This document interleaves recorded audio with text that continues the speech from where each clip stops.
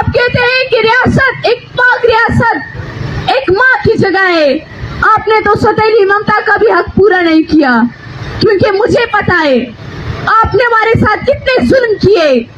آپ نے ہمارے گھروں کو جلا دیا, آپ نے ہمارے دفتروں کو جلا دیا, آپ نے میرے بوڑھے دادا جان کو شہید کر دیا, میرے 14 سالہ کزن کو شہید کر دیا, ہمارے گھر میں چھاپا مار کی 3 خواتین کو شہید کر دیا. کو باہر ممالک میں بھی دہشت گرد کا نام دیتے ہیں. ہر وہ بلوچ دہشت گرد نہیں ہوتا جیسے آپ سمجھتے ہیں. آپ ہم سے ہمیشہ جنگ کی سوالات کرتے ہیں, آپ یہ نہیں پوچھتے کہ آپ کون سے بلوچ سے ہیں. جب ہم سرفراز بگٹی کے پاس گئے تو انہوں نے ہمیں یہ کہا کہ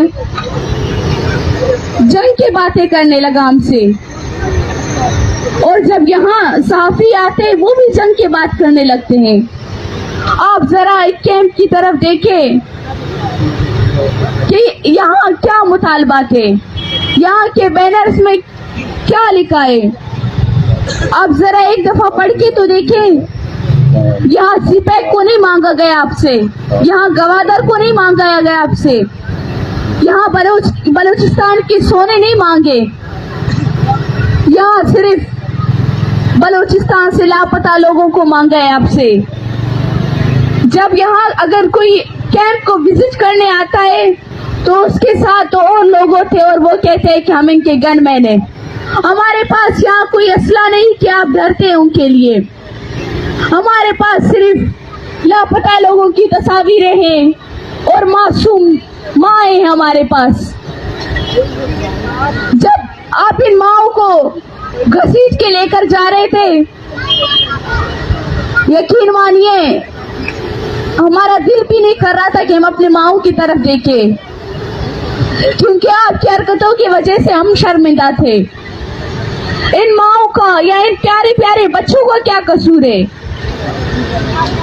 جو اپنے حق کے لیے باہر نکلے, جو اپنے پیاروں کی بازیابی کے لیے باہر نکلے.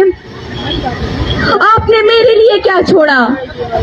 آپ نے میرے خاندان کو تباہ کر دیا, آپ نے مجھے بے سہارا کا نام دے دیا, آپ نے میرے گھر کی عورتوں پہ ٹارگٹ کر دیا, آپ نے ہمیں بے بس کر دیا, آپ نے ہمیں در ملک کر دیا. لیکن وہاں پر بھی آپ نے ہمیں سکون سے نہیں چھوڑا.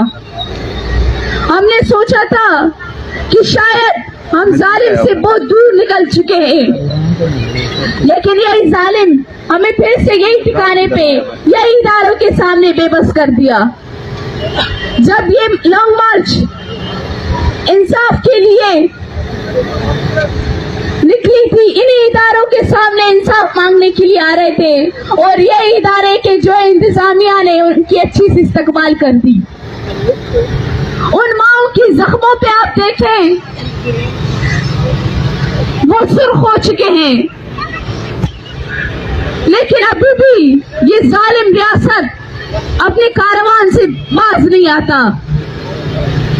ہمارے چند بچے ابھی تک ان کی تحویل میں ہیں.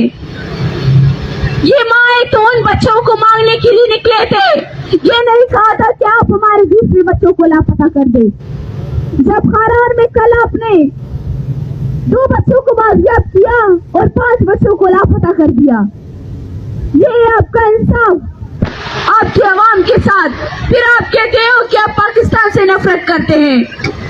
ہم نفرت نہیں کرتے, آپ خود ہمارے دلوں میں نفرت پھیلاتے ہیں. ہم تو آپ کو ایکسپٹ کر کے خود کو پاکستانی مان کے آپ سے لوگ مانگتے ہیں, بہرحال آپ ہمیں اپنے ملک کے شہری نہیں مانتے. آپ کہتے ہیں کہ ریاست ایک پاک ریاست ایک ماں کی جگہ ہے. آپ نے تو سوتیلی ممتا کا بھی حق پورا نہیں کیا, کیونکہ مجھے پتا ہے آپ نے ہمارے ساتھ کتنے ظلم کیے. آپ نے ہمارے گھروں کو جلا دیا, آپ نے ہمارے دفتروں کو جلا دیا, آپ نے میرے بوڑھے دادا جان کو شہید کر دیا, میرے 14 سالہ کزن کو شہید کر دیا, ہمارے گھر میں چھاپا مار کی 3 خواتین کو شہید کر دیا.